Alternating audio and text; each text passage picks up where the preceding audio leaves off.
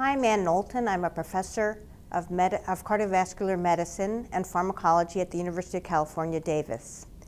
And at this meeting, we gave a talk on endothelial cell senescence and its effect on the heat shock response, an important protective response that when cells are injured helps repair them rather than allowing them to die or to release many inflammatory mediators that are harmful.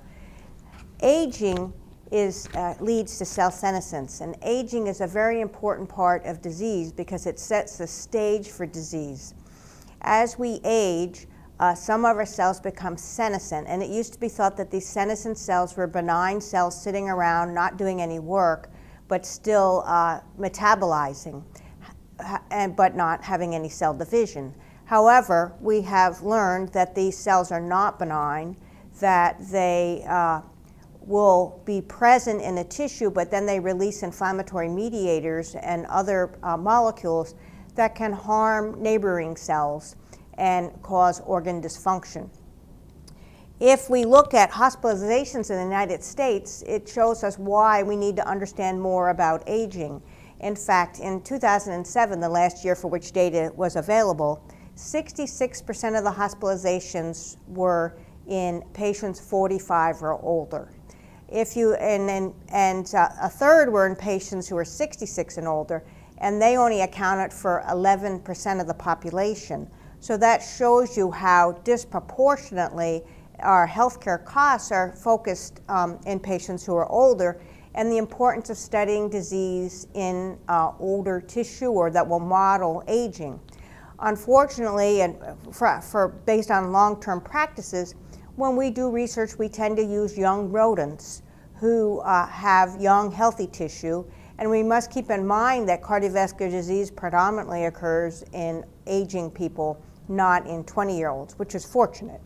So for our work, we investigated human coronary artery endothelial cell senescence, and we did that by growing the cells in culture. All primary cells will stop dividing. That's what separates them from being cancer cells, is that they remain differentiated and they'll divide for a certain number of passages and then they stop. We obtained commercially available human coronary endothelial cells that are derived from people who donate their bodies to science or for medical research. And we studied these cells in culture. We passed them. It's quite reproducible when the cells will become senescent. We can freeze them, bring them out of the freezer in liquid nitrogen. We freeze them very cold with stuff to keep ice crystals from forming in them.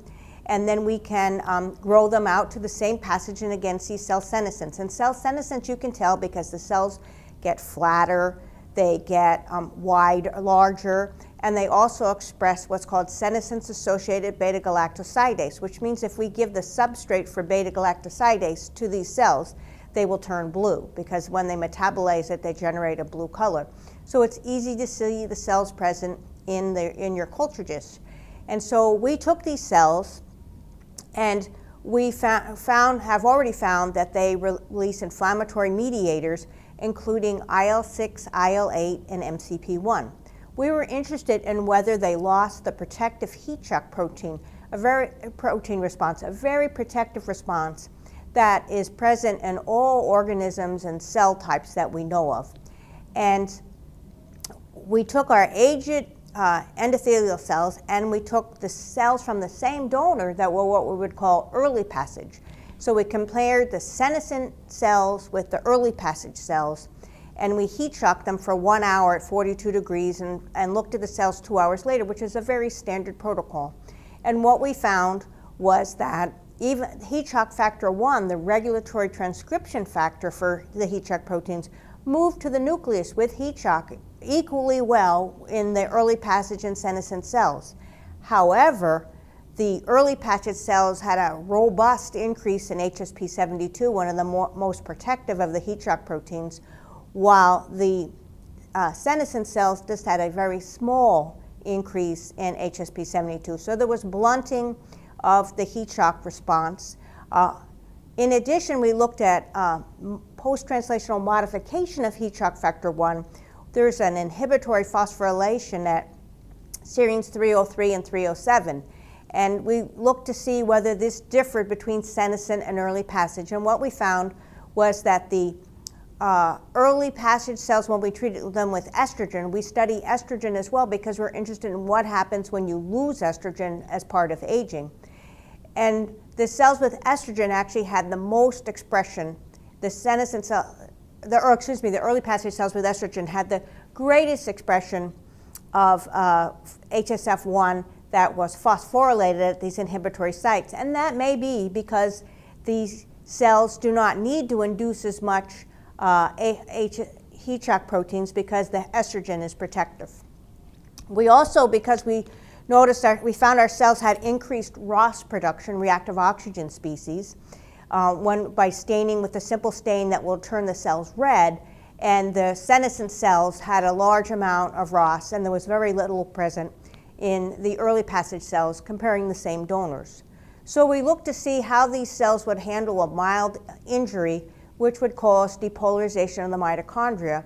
And when we did that, we found that the senescent cells with a mild injury that had no effect on the corresponding early passage cells with or without estrogen, the senescent cells, regardless of estrogen replacement, had depolarization at baseline, and then when we gave them the mild injury, more and more depolarization over time.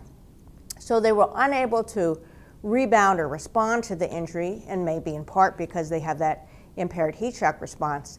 And so we're much more vulnerable to any kind of stress.